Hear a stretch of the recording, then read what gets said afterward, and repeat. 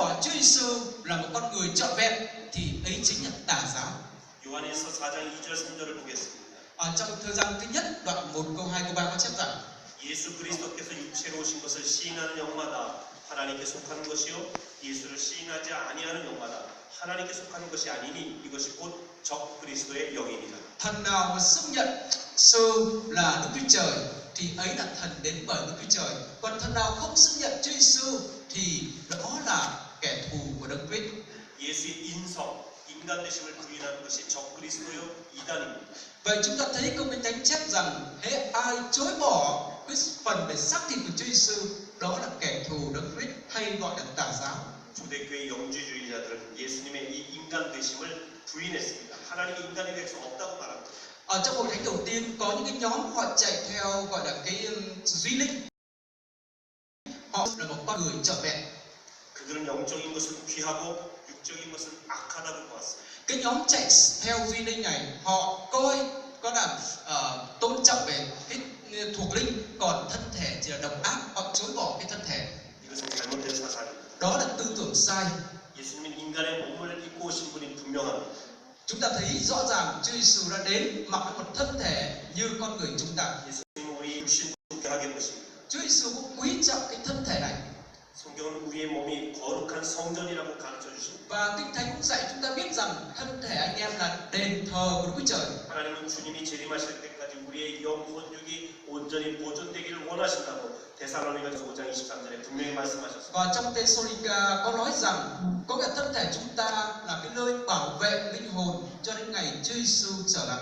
그래서 참다운 크리스찬, 예수님을 믿는 사람은 육신도 잘 보존해야 됩니다. Cho nên chúng ta là một cơ đốc nhân thực sự, là một con cái Chúa thực sự thì anh em hãy biết bảo vệ và trân trọng thân thể của chúng ta. 성을 가지신 분, 즉 성자 하나님이십니다. Và phần thứ hai muốn nói về Chúa Giêsu là thần tính, là Đức Chúa Trời trọn vẹn. 예수님은 50% 절반은 신이고 절반은 인간이 아닙니다. Ở đây cũng phải nói rằng Chúa Giêsu mang 50% là con người, còn 50% là Đức Chúa Trời, không phải nói như vậy. 온전한 인간이요, 온전한 신이십니다. Ở đây muốn nói Đức Chúa Giêsu là một con người trọn vẹn, đồng thời là Đức Chúa Trời trọn vẹn. 이게 어떻게 가능하냐고 묻는 사람이 있습니다. Có những người hỏi rằng, làm sao có thể được điều đó? 그분이 하나님이시기 때문에 온전히 인간이 온전히 하나님이실 수 있습니다. Bởi vì Ngài là Đức Chúa Trời, cho nên Ngài là con người trọn vẹn, đồng thời là một Đức Chúa Trời trọn vẹn. 성경 마태복음에 보면 예수 제자들에게 사람들이 나를 누구라고 하더냐 물으시는 장면이 있습니다. Ở trong sách Ma-thi-ơ đoạn 16 thì có một cái cảnh mà Chúa Giêsu hỏi các môn đồ rằng: này, mọi người coi ta là ai? 어떤 사람은 세례 요한이라고 하기도 하고 어떤 사람은 예레미야가 살아났다고도 합니다. Có những người thì trả lời rằng, có người bảo thầy rằng là Jeremy hay là Eli hay là Giăng Báp-tít. 그런데 너희는 나를 누구라고 하느냐? Nhưng lúc này Chúa Giêsu bảo người ta thì coi ta như vậy, nhưng còn các ngươi coi ta là ai? 여러분 우리의 신앙은 다른 사람의 이야기가 중요한 것이 아닙니다. Không phải rằng nghe lời người khác nói mà quan trọng, 내가 예수님을 어떻게 고백하느냐가 중요합니다. mà cái điều quan trọng là tôi xưng nhận Chúa Giêsu là ai, đó là điều quan trọng. 제자들은 이렇게 신앙 고백합니다. 특별히 베드로가 이렇게 말합니다. 주는 그리스도시요 살아계신 하나님의 아들이십니다. Bây giờ Phi-e-rơ xưng rằng Chúa là Đấng Christ, con Đức Chúa Trời hằng sống. 예수님은 이 대답에 대해서 극찬을 하셨습니다. Khi Chúa Giêsu nghe cái lời trả lời của Phi-e-rơ thì Ngài rất đỗi vui mừng. 예수님은 단지 인간뿐만이 아니라 하나님의 아들, 즉 하나님이라고 고백했기 때문에 그렇습니다. Bởi vì Phi-e-rơ không xưng nhận Ngài là một con người bình thường mà nhìn thấy Chúa Giêsu là Đức Chúa Trời quyền năng. 예수님은 인간이시자 동시에 하나님이십니다. Vậy Đức Chúa Giêsu đồng thời là một con người 100% hiện diện và Ngài cũng là một Đức Chúa Trời toàn năng. 말씀으로 불치 병자도 고치시고 풍랑도 잔잔케 하시는 분입니다.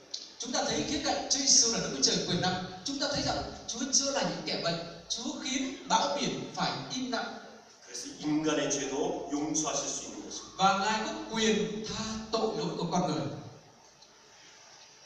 두 번째로 예수님이 예수의 인성과 신성을 그래서 따로 떼어놓고 생각할 수는 없습니다. Cho nên chúng ta không thể nào suy nghĩ tách rời giữa thần tính và nhân tính của Chúa Giêsu được. 인간이신 예수님은 십자가에서 고통받으셨습니다. Chúa Giêsu theo khía cạnh của con người thì Ngài chịu đau khổ trên thập tự giá. 우리의 죄를 사하시기 위해서 Ngài chịu đau khổ là vì để tha tội lỗi, để cứu chuộc con người chúng ta. 그러나 거기서 끝나지 않으셨습니다. Nhưng mà không có dừng ở đó, không phải chỉ là chết để tha tội cho chúng ta, 예수님은 부활하셨습니다. mà Ngài phục sinh từ trong cái chết.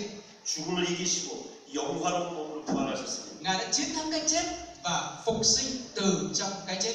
십자가는 예수님의 인간됨을 보여준다면 부활은 예수님의 하나님